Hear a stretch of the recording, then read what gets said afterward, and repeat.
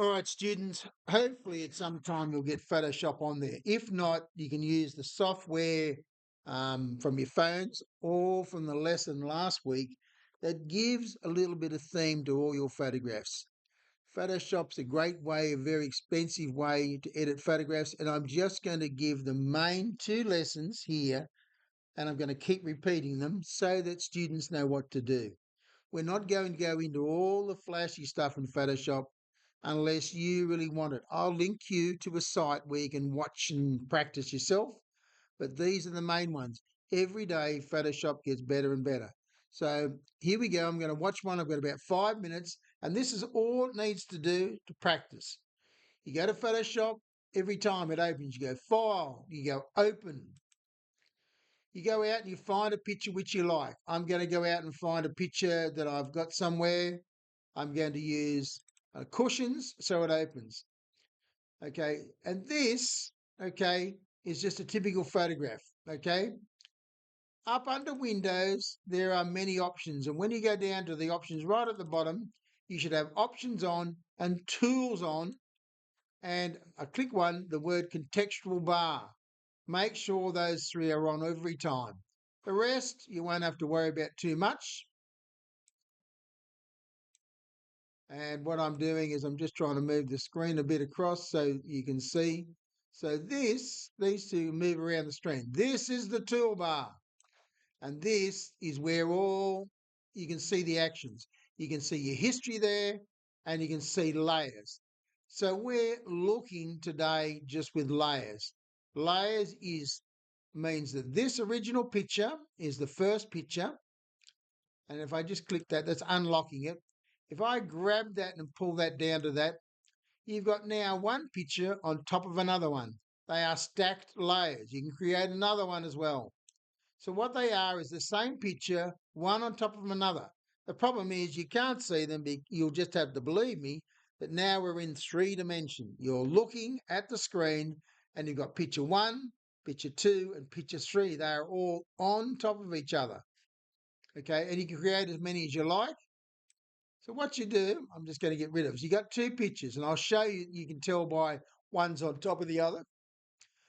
This is not probably a trick you need to know, but it's handy sometimes. And I'll mainly go for what I want to show you next. Okay, so the next one is I'm just going to show you.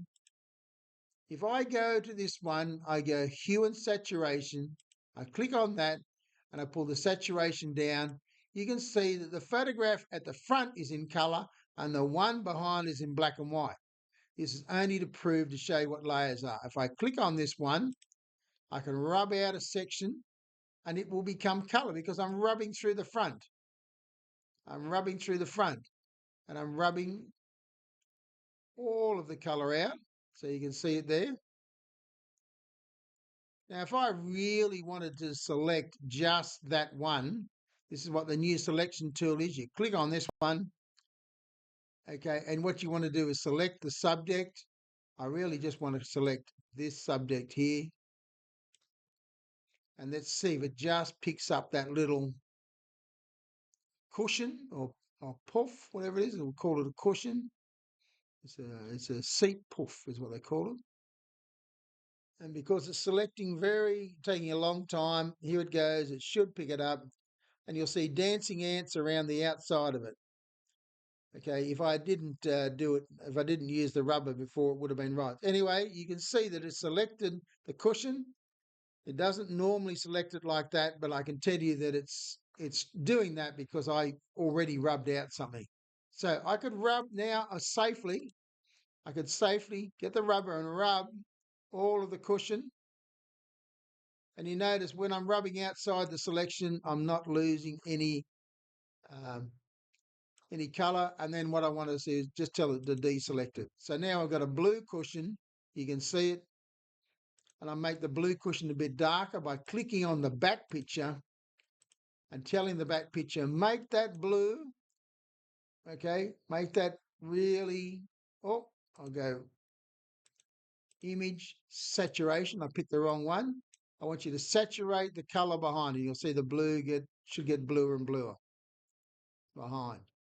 So the picture behind okay, you can really know that that's the front picture and that's the back picture behind it. It's a bit too bluey, but it's just to prove a point. So they are layers. They're number one thing, and that will do us today. I'll stop.